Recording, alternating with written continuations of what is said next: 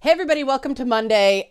New week. I'm going to do a theme for videos this week. Once again, I am pre-recording everything this week. Some of you talked about last week's videos as if they were recorded on different dates. They weren't. I was wearing the same clothes in every video. So those of you who thought that I was in some radically different mental state in one of them, they were shot back to back to back, guys. Like, you're projecting. There's going to be a lot of that this video that I'm going to deal with. But the CD Projekt Red thing continues to rage in some circles. The latest thing now is people complaining that people, and this includes me, are defending CD Projekt Red. I want to explain why. If you like this kind of content, help support this channel. Become a monthly patron, patreon.com/LeannaK.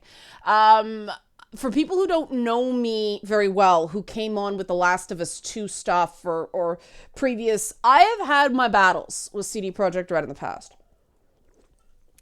When I was still like a, traditional games journalist, I tried to have a discussion with a representative from CD Projekt Red about certain things about The Witcher 2. Regarding the female characters and how the female characters are depicted, and they totally stonewalled me in a pretty nasty way. But then, and obviously I wasn't thrilled about this. I wanted to have a conversation. They shut it down. Not cool.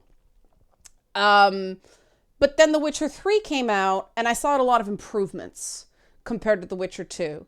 About how women were depicted and how certain storylines were managed. And I'm like, okay, they are improving. And then, of course, it came out that, they almost ran out of money on Witcher 2. So maybe they were feeling a bit defensive there. But it is because of the garbage treatment I got back in those days that I'm very impressed by the evolution of the company and how professional the new, or maybe they've been around for a while, I don't know, but the project heads have been with this whole crunch thing. I think they've conducted themselves like accountable grown-ups. And I think that the critics haven't. And this is why, as the story has unfurled, I am becoming increasingly convinced that CD Projekt Red has been wronged here, that a story can be misleading, but still factual. And through selective reporting of facts, create a misleading view about what's going on at the company. So let me get into it, okay? And it really hinges on, I am a huge believer in apologizing properly. If you want to understand my theory of apologies, Season 2, episode, I believe, 5. It's the Finger Patrol episode. I know, funny name. Of Doom Patrol. Cliff Steele says to Cyborg, apologies are simple. I'm stupid. I fucked up. I'm sorry. Vic's like, that's it? And Cliff says, yeah, man, it's verbal astroglide. And that is some redneck wisdom right there. Now, most people are like, I don't want to say I'm stupid. I'm not stupid. I'm not going to admit I'm stupid. Okay. What's charming about that is that it's self-effacing. He's humbling, right? That's the significant part. But any successful apology must contain humility, accountability, and remorse. I'm stupid. I fucked up. I'm sorry. Real simple. And so I'm going to show you some examples. I'm going to show you the apology I think is great. And then I'm going to show the apology I thought was terrible that got me dogpiled last week. So here we go. And I will make one other caveat before we dive into this. This is a gaming channel. This is not a political channel. You go off on a political tangent, you will be ignored with prejudice. And guys, don't feel the need to fight with them. If you see somebody going off on some sort of political tirade, just ignore them. Make it shouting into the void. I'm not going to be addressing it, and I don't care. That wasn't my original point. That's not my point now. It has nothing to do with politics and everything to do with being a decent friggin' person. Here we go. Okay. So let's start with the Cyberpunk 2 thing and the original statement that appeared in the original Bloomberg article written by Jason Schreier that I thought was great. Okay. I really thought this was professional and accountable and grown-up behavior. This is from Adam, and I'm going to mess this up again. I'm sorry. You guys told me how to say the name correctly, and I'm going to get it wrong again. Adam Badovsky. The W is pronounced like a V. I hope that's right. I take it upon myself to receive the full backlash for the decision, mandatory crunch. He wrote, I know this is in direct opposition to what we've said about crunch.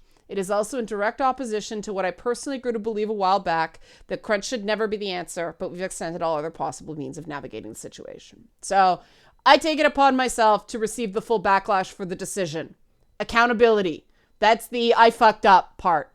I know this is in direct opposition to what we've said about crunch. I'm stupid. It's also in direct opposition to what I personally grew to believe a while back. There's the remorse bit. I'm sorry, okay? It's wordier, and this is a Polish guy, so good for him for doing it in English. But he's managed the humility, accountability, remorse. I'm stupid. I fucked up. I'm sorry. And so I said that, and it's like, this is a guy, if he's not telling the truth, if he's not just being properly accountable, he's faking it really well. I feel okay forgiving them falling short. One, at least they tried. Two, he handled it well. Handling these things well means so much. The same thing about Ubisoft with the god-awful shit that was going on there. It's going to be a longer process because what happened was worse. But they're refusing awards nominations. They're repeatedly apologizing. They're doing the Hugh Grant style apology tour after he got caught with a prostitute. And that seems so tame now, doesn't it? But that just says a lot about 2020. But, Hugh Grant, for people who don't remember, got caught with a prostitute while he was dating Elizabeth Hurley, and he just went on every frickin' talk show he possibly could and let the host make fun of him and just took it and apologized again and again and again. And he got his career back. It was successful because people are like, okay, he's sorry. He's unlikely to do it again. And it didn't happen again. There we go. But, of course, there's more to the story.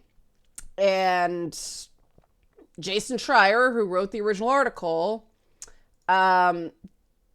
decided to take exception to a piece of counter reporting that Game Informer did that basically said it was blown out of proportion and not quite right, that the employees as a whole, like, people were basically okay. They wanted to finish it instead of pushing again. And Jason Schreier did not take the counter reporting well, even though it's part of the business. Okay, this is what happens. A story comes out, especially a very sensational story that makes some pretty bold claims. There is follow-up reporting. That follow-up reporting may uncover stuff that reframes the story. The first story out of the gate often does not tell the whole story. That does not mean the original story was worthless. It just means there was more to it, okay? That's what I took from the Game Informer. Like, okay, that's one side, here's another. But Jason Schreier took exception to this. And so he says, a Game Informer podcast recently suggested that my reporting on Cyberpunk 2077 crunch is incorrect. Never mind that I've interviewed nearly a dozen CDPR devs. Here's an email from studio head Adam Badovsky in June 2020 apologizing to the developers' partners for all the overtime. I take real issue with this for a couple of reasons. One, why wasn't this, if this is something you want to report, Jason Schreier, why wasn't it in the original article? Maybe it's word count, okay, whatever. But you have a platform. What are you doing? And there's another thing here, the nearly a dozen CDPR devs. This triggered my spidey sense. This is something that they teach you in writing school not to do. Nearly a dozen is vague and evasive. Was it 10? Was it 11? Why nearly a dozen? Be specific. I had a writing teacher that smacked me down for that all the time. I got out of the habit.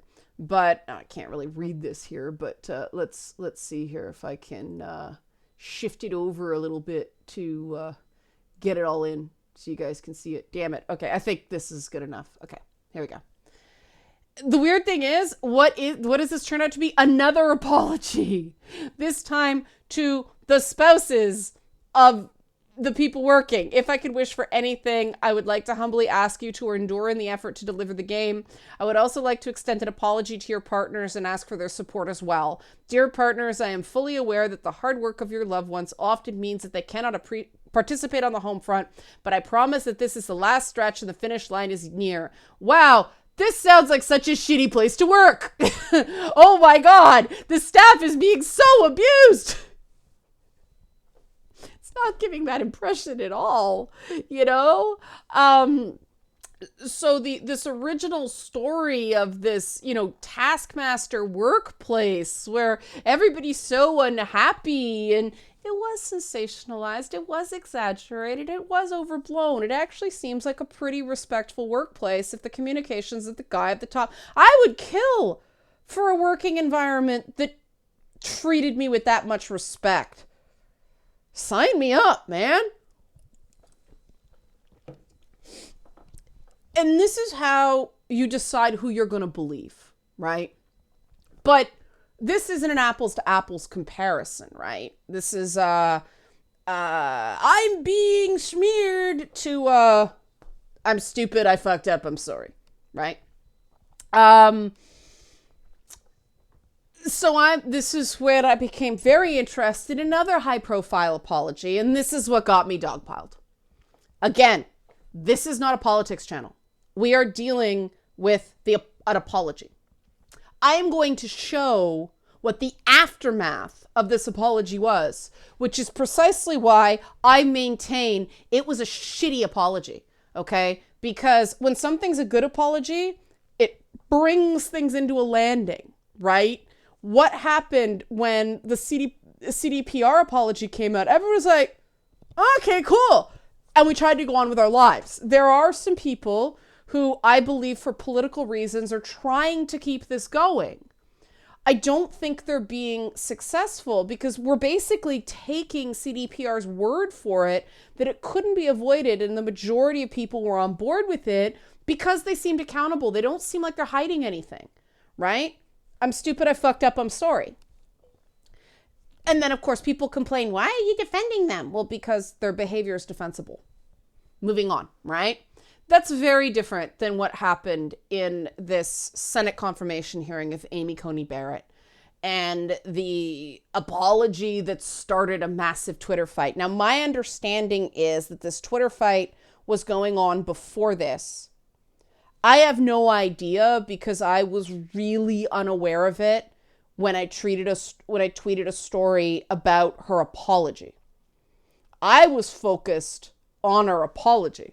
And I'm going to show you why, because this is the bad apology part of good apology, bad apology. And anatomies of this is a skill. This is a skill that can be learned, people, which is why I'm so interested in it. Okay. I watched the Amy Coney Barrett confirmation hearings. I saw the original line in question, and I didn't think much of it. This is very important background. I didn't think much of it because this is a woman who referred to Jewish religious officials as ministers and did a couple other things where I'm like, wow, her language is so church.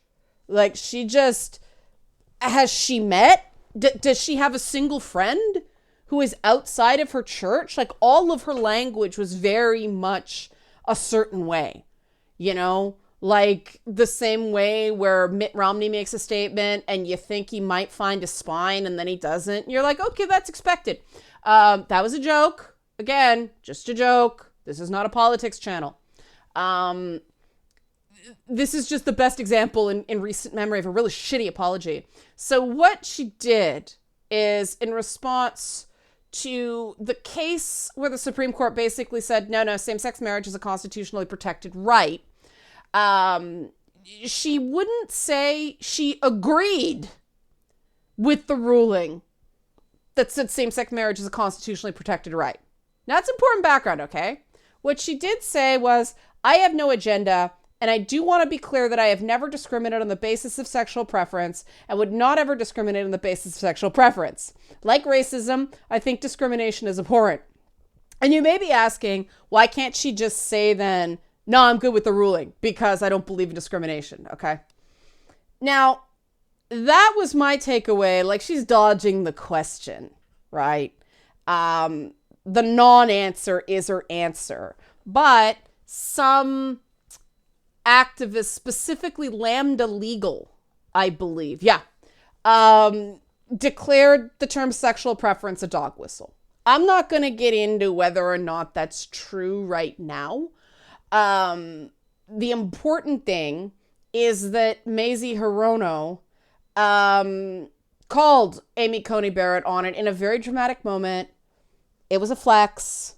These are Senate confirmation hearings. Senators flex. It's part of the ball game. But Mazie Hirono put it to Amy Coney Barrett that people find this offensive. And because it implies choice. Preference implies choice. Why is that a thing? Because it was used for years. I fought this in the 90s when I was really heavily involved in gay rights. Okay, I'm going to explain it because it's important.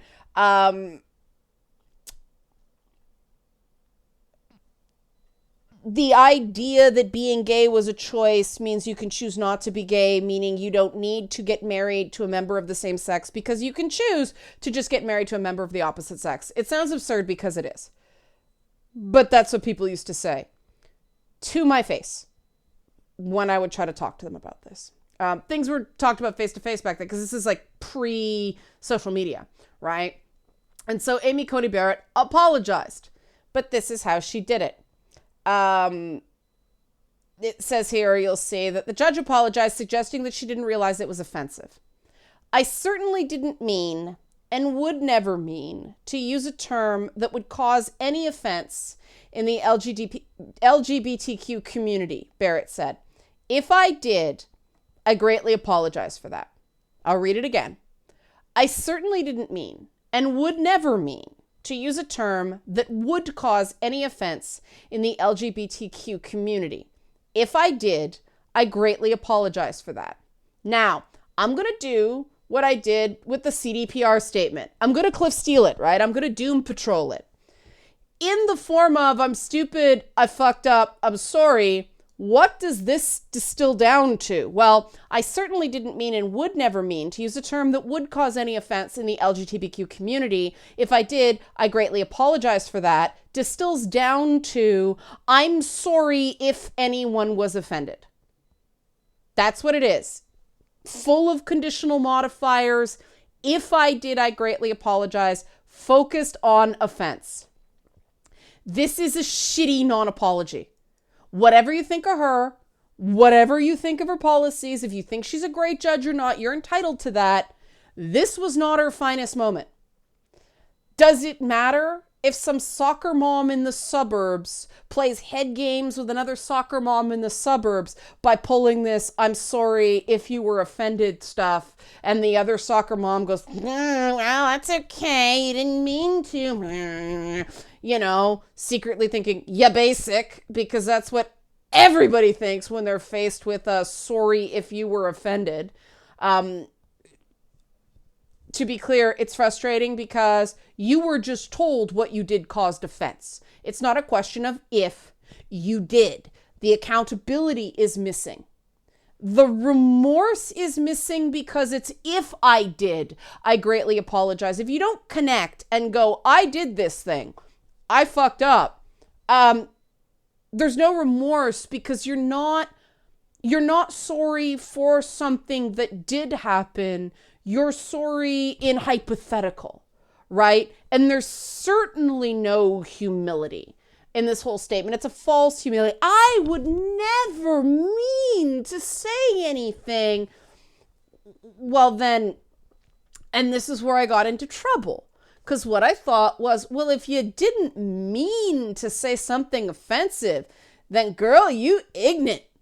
Like, that was a joke from where I grew up. You're so ignorant, you don't have enough letters to say ignorant. You ignorant. Like, you are going to be a Supreme Court justice, okay? You need to know these things. If you are truly so ignorant of these terms, you better find out fast, because yikes, you know? It made me think of that scene in Clerks 2 where that one character didn't know a certain racial term I'm not going to repeat was offensive, because I'd never heard that term before either, which is why I thought it was funny. But you need to know these things if you're going to be in an important position. So, and what comes next is me showing what happens when something is not well constructed. Remember I said that people were like, all right, no problem, when the CDPR statement came out, because it was like, they're sorry. We can move on, right? A good apology starts to begin the resolution process. A non-apology apology like this blows things up, and oh, didn't it? Again, I was not aware that this was a major point of discussion. I just saw an article I thought was interesting, and I shared it the way I do numerous other ways. I do not check for Twitter hashtags before I share something with my followers. I shouldn't have to. I speak for myself. I don't involve myself in these collectivist politics. That will become relevant in a minute, okay? So I tweeted, I'm going to start here. Okay, good. It's hidden. This was the tweet I put up that, full disclosure, I then deleted, hoping for quiet, because it got ridiculous and other people who were trying to have a conversation with me got dogpiled as well. Okay. But, this is not my time zone, by the way. This is the time zone of whoever, posted this. I'll get to that in a bit. But, you know, I shared an article on the apology, not the original quote, the apology. Okay. This is the media I am sharing. You notice that she focuses on causing offense and not the fact that LGBTQ people will be coming before the court and don't want a judge that sounds totally ignorant. Question, do you notice that she focuses on causing offense? That's the sentence, okay? Preference implies a choice. Being gay is not a choice. This is in direct reference to the structure of her apology. But did people read it that way? No, because that wasn't the point of the exercise. Judging her based on the merits of what she said was not the point. Rallying the troops to people's different political causes was the point, as I found out the hard way. Thanks to a managing editor from Quillette. No, I'm not kidding. This is why I compared the Jason Schreier behavior to this. Because if I'm going to be critical of one guy for essentially being basic, I have to hold the same for everybody, okay? So this is a guy in question. He's an evolutionary biologist, managing editor at Quillette, lover of whiskey, fitness, cats, and ideas. Now, the cats thing, I immediately feel an affinity for the guy, right? Like, obviously. His pinned tweet, though, I'm frequently asked why I focus so much on the nature of biological sex. It's because, in my view, this may be reality's last stand. Remember that, reality's last stand, okay? This is important. This is, one could claim this is moralizing, ironically enough. But this dude, somebody went through my tweets and found one time I used the term sexual preference, pulled it out of its context, which I will show the context because it's part of the public record. But here we go. Okay, this guy says, Leanna here accuses ACB, Amy Coney Barrett, of sounding totally ignorant for using sexual preference because such language implies a choice. That's not what I did. But anyway, yet Leanna herself used sexual orientation and preference synonymously just last year. Enough of this moral posturing. Now, this is what happens when someone non-apology apologizes in a way that this is something women are uniquely guilty of. I'm going to make a gendered behavior distinction here. This is an annoying fucking thing that women do. And what happens? I've seen this happen. It's happened to me at a fucking bar mitzvah once, okay? A woman pulled up, I'm sorry you got offended, because she made a shitty comment about my grandmother dying. And she's like, oh, I haven't seen you in a while. It's like, my grandmother died. Oh, I'm sorry if what I said offended you. And it's like, she was expecting me to say I'm sorry too. And I didn't. And it became a big fucking blow up. I'm not kidding. But that's what these do, right? They're not real apologies. They are wounded bird statements where I don't know why. I don't understand the male perspective on this, but what seems to happen is when women do this, something trips in the lizard brain of some men and they feel the need to run to this woman's defense, right? I don't know why. I'm just saying it is so. But for this dude, managing editor at Quillette, scientist, last bastard, you shall not pass for reality. In order for his statement to be true, all right, not only did I have to accuse her of sounding totally ignorant for using sexual preference, I didn't do that. The nature of her apology did. That's an important point, okay? I didn't say that. She did. Because she said she would never mean to say something offensive. So she is ignorant of sensitivities. I didn't say that. She did, okay? And also, it must be true that I myself used sexual orientation and preference synonymously last year. And the evidence he gives, I want you to notice something. You notice this little line right here? That means tweets preceded this. This is taken out of context. Like I said, I went back and found the context, okay? But I want to live in a world where people don't have to declare their gender, sexual orientation, etc., because these things are not the sum total of who someone is. They are, at the end of the day, not terribly important compared to, say, whether someone is kind and good. So I can't help but feel that activism is going in the wrong direction. Gender is too important. Sexual preferences are too important. But again, I will wait this out until I can be an individual again instead of a collection of trifling labels. Now, snipped from its context, this seems quite damning. Hence the reason it was snipped from context. Let me pull the context up, okay? I'm not going to subject you to the whole tweet thing because this video is getting long and I want to wrap up. But the one thing I do want you to point out, sexual preferences are too important. You notice the plural here. How is someone multiple sexual orientations at the same time? How is someone gay and bisexual at the same time? How is someone, one could say one is bisexual and pansexual, but most people don't talk that way, right? You're not gay and straight. You're not bi and straight. You're not, right? You're one thing at a time. So even that alone indicates I am not using sexual preferences, plural, interchangeably with sexual orientation, singular. But that's a little inside baseball, right? Let's look at what I was actually saying, okay?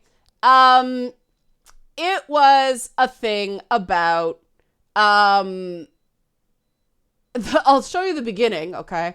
Another strange thing about gaming is that there's all this lip service given to supporting gender non-conforming people, but when you actually don't conform to what a woman is supposed to be, you get labeled an undesirable by those very same gender activists.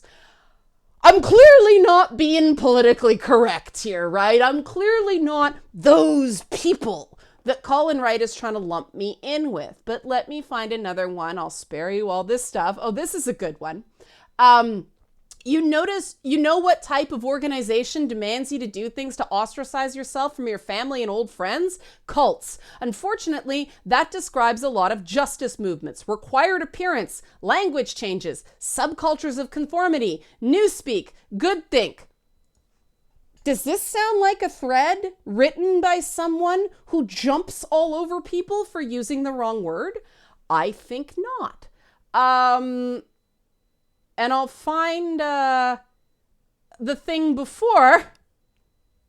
Here's the one before the thing in question. I don't think I'll have to be a pariah forever, though. These bullies by prettier names are slowly losing as people get tired of bowing their heads. People are tired of being miserable. I just have to hang on long enough to outlast them. And there's the tweets in question. Right? I want to live in a world where people don't have to declare their gender, sexual orientation, because put in context, it's a completely different framing, right? It's a completely different view of what I'm saying. I am clearly not one of these people who gets super hung up on something like preference versus orientation, but I was also, in the context of that, saying, let's not force people into pigeonholes and allow people their preferences and not force them to declare some hard and fast orientation. Obviously not used interchangeably.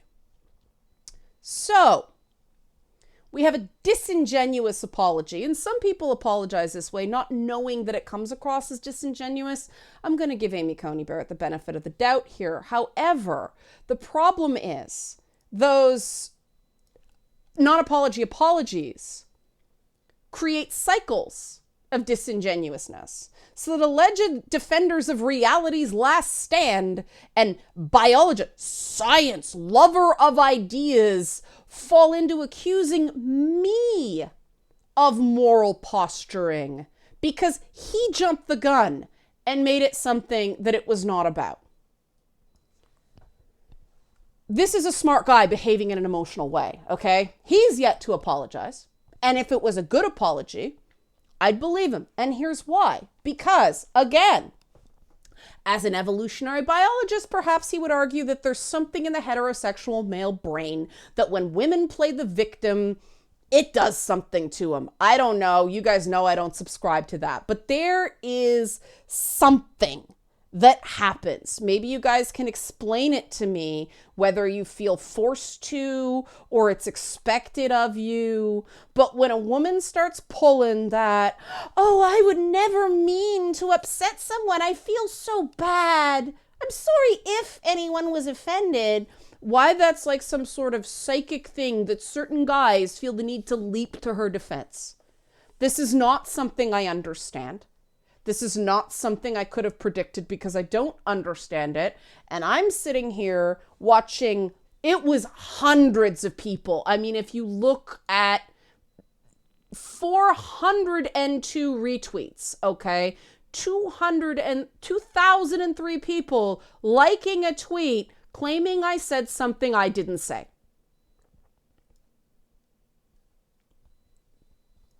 But this is a defender of reality's last stand, right? If this is reality, I'd hate to see fantasy. But this is what happens. This is what happens when the chain of accountability gets broken. And this is why I give the makers of Cyberpunk 2077 at CD Projekt Red such props for and respect for just taking it on the chin, knowing it's being blown out of proportion, not, hip, hip, I'm sorry if anyone is offended, but I'm the victim here, right? The damsel in distress routine that, you know, when you don't really need help, when I'm stupid, I fucked up, I'm sorry, would be the right move and you didn't do it, is annoying. And it's annoying because... And again, it's going to sound, how does someone not intend to be dishonest? And this is why I make videos like this, and this is why I'm going to land here. These are learned skills. And the problem is a lot of people have grown up in households where that skill was not practiced. Somewhere along the line, "I'm sorry if you were offended" was deliberate. But that was done by usually a family matriarch in a position of power. So everybody just copied what she did because that was what was acceptable. That would appease the bully, right? That was enough. You learned that was an acceptable of apology because that's all you were going to get from her, right? And because she's the authority figure, well, of course there's nothing wrong with that. So it gets copied and it gets copied and it gets copied. And if you're never exposed to anybody with a different life experience, you don't realize why that's wrong. And that's again why I give credit to a bunch of video game developers where, us gamers, we're not really known for our social skills. But the fact that a guy who makes video games, possibly communicating in not his first language, managed to come up with a proper expression of remorse when someone who's going to get a seat on the Supreme Court for life couldn't, wouldn't, or didn't, I don't know which. What a world, eh? But that's why I want to give credit to CDPR. Congratulations, CDPR. You were more mature than a Supreme Court nominee. Go gamers! Okay. I think you can tell where I'm going to go with things this week. So if you want to support this, because I'm sure I'm going to get shit on somewhere, because these are just concepts that are beyond certain people. If you don't have a certain level of maturity, you're going to feel super attacked by this stuff. Help support this channel. Become a monthly patron. Patreon.com/AnnaKate. Now, the announcements. I promised. Twitch is returning. I will repeat this at the beginning of tomorrow's video, but I knew this was going to be long. Twitch is returning tomorrow. That is your opportunity to talk about politics. You want to talk about politics? Do it there. I'm making a venue. We cannot continue with Twitch because there are political discussions in the chat, so I can't be sitting there playing a game. I have to watch it completely. So that's all I'm going to do this week. And if we want to do it again, we'll do it again next week until this bloody US election is over. It's just going to be a place to talk, and all I'm going to do is moderate. I'll correct things. I'll say, well, that's not quite accurate, whatever. But my primary purpose there is for people to be able to talk without getting attacked, because I think we need that.